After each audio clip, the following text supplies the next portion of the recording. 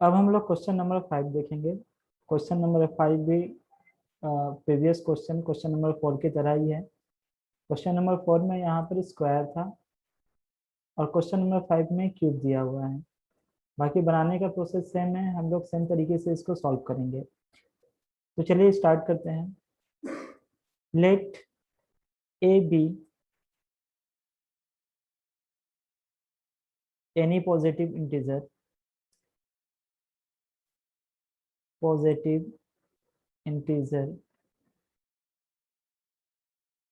And b is equal to 3। हम लोग फिर से यहाँ मान लिए हैं कि a हमारा कोई पॉजिटिव इंटीजर है और b का वैल्यू हम लोग 3 दिए हैं। अब आप कहोगे कि m का कोफिशिएंट तो 9 है, तो हमने 9 क्यों नहीं दिया? तो अगर हम लोग 9 लेते हैं तो ये जो हमारा प्रोसेस है बहुत ही लंबा हो जाएगा, इसमें हमारा 8 केसेस बनेगा। ये सवाल काफ़ी लॉन्ग हो जाएगा, इसलिए हम लोग यहाँ पर v का वैल्यू 3 लिए हैं और ये भी हमारा सही है। तो देखिए, बाई यूक्लिड्स डिवीजन लेमा हमें क्या पता है? हमें पता है कि a equals to B Q plus R होता है। यहाँ आर का वैल्यू क्या है? ग्रेटर देन इक्वल टू 0 और लेस देन बी है। ठीक है, अब यहाँ पर देखिए कि बी का वैल्यू हम लोग कितना लिए हैं? 3 लिए हैं। तो आर का पॉसिबल वैल्यू क्या होगा? Therefore possible value of R क्या होगा? 1 हो, 0 हो सकता है, 1 हो सकता है और 2 हो सकता है। ठीक है, तो हम लोग सेम प्रोसेस करेंगे। तो अगर when r equals to 0 therefore a मेरा कितना होगा? b का वैल्यू है 3, तो 3 Q plus 0, that means a equals to 3 Q, है ना। अब हमें क्या करना है? यहाँ पर क्यूब करना है, क्योंकि यहाँ पर दिया हुआ है cube of any positive integer. तो हम लोग यहाँ पर क्यूब करेंगे तो लिखेंगे क्यूबिंग बोथ साइड। तो क्या आएगा मेरा? जब हम दोनों तरफ क्यूब करेंगे तो ये a का क्यूब हो जाएगा इक्वल्स टू 3 क्यू का क्यूब हो जाएगा, यानी a का क्यूब 3 क्यूब का करेंगे तो क्या होगा? 27 क्यू का क्यूब, है ना। अब यहाँ पर हम लोग क्या इसको लिख सकते हैं?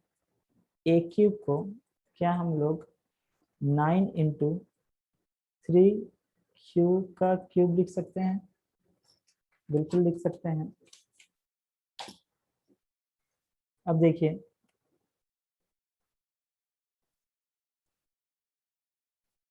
ए क्यूब इक्वल्स टू 9 और इस पूरे को हम लोग m लिख सकते हैं क्या?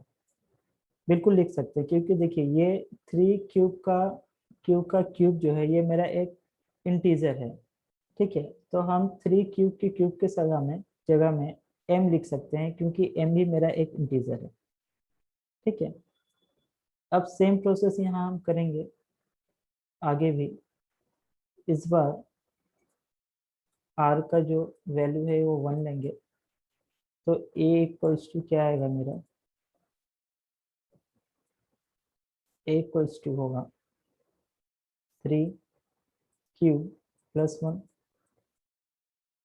अब यहाँ पर हम लोग फिर से क्यूबिंग बोथ साइड करेंगे, तो ये a का क्यूब हो गया इक्वल्स टू 3 क्यूब प्लस 1 का क्यूब हो जाएगा, है ना।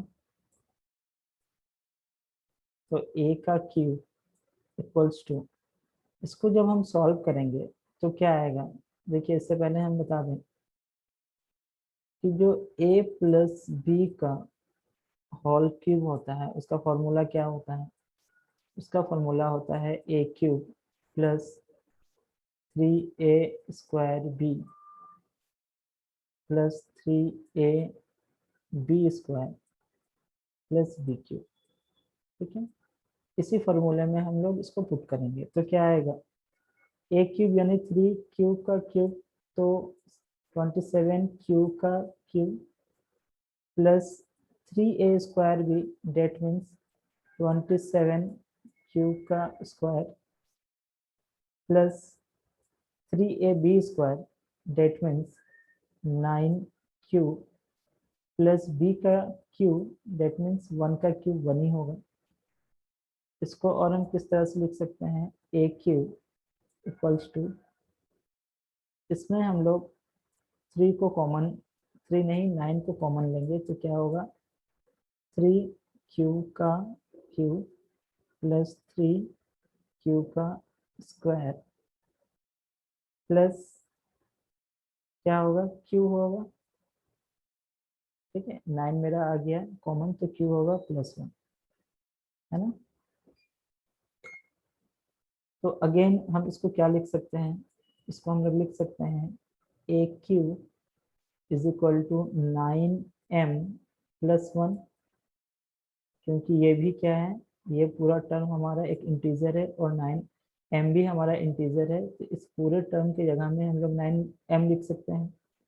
देयरफॉर अगेन आप यहाँ पर लिख सकते हो, here m equals to 3 q का क्यू प्लस 3 क्यू का स्क्वायर प्लस क्यू, है ना।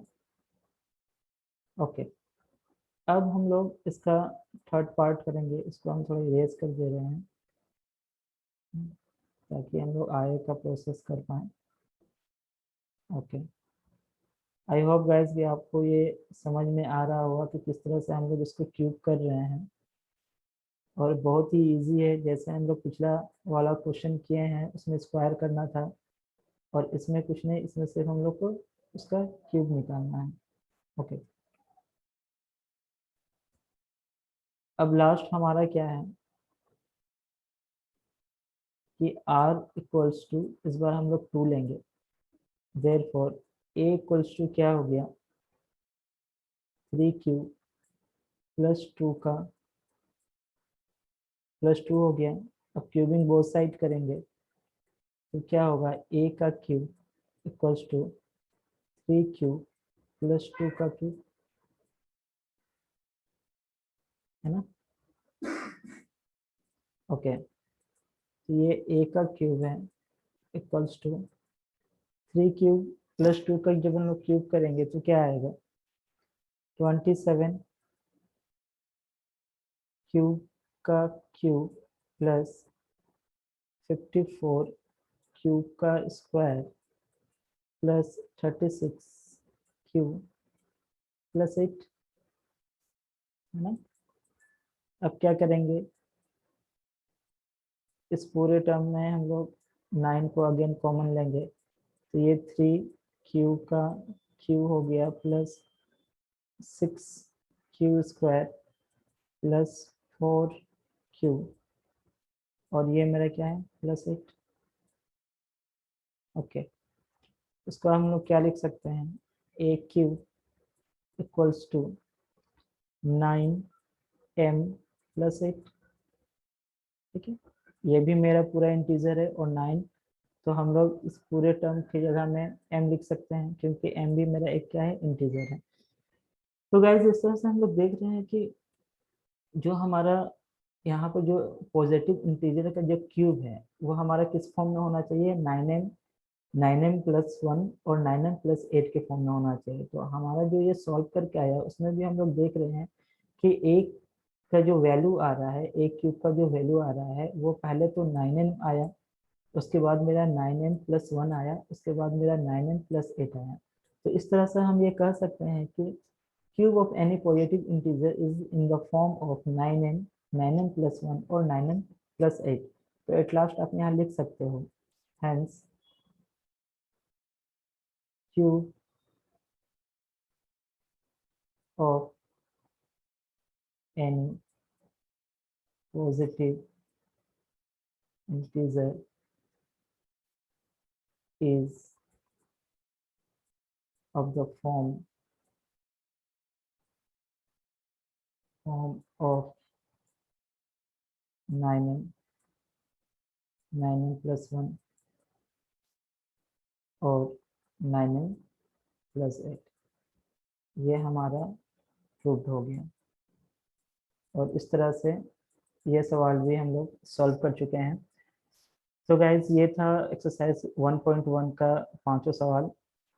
नेक्स्ट क्लास में हम लोग एक्सरसाइज 1.2 के सवालों को देखेंगे और उसको सॉल्व करेंगे।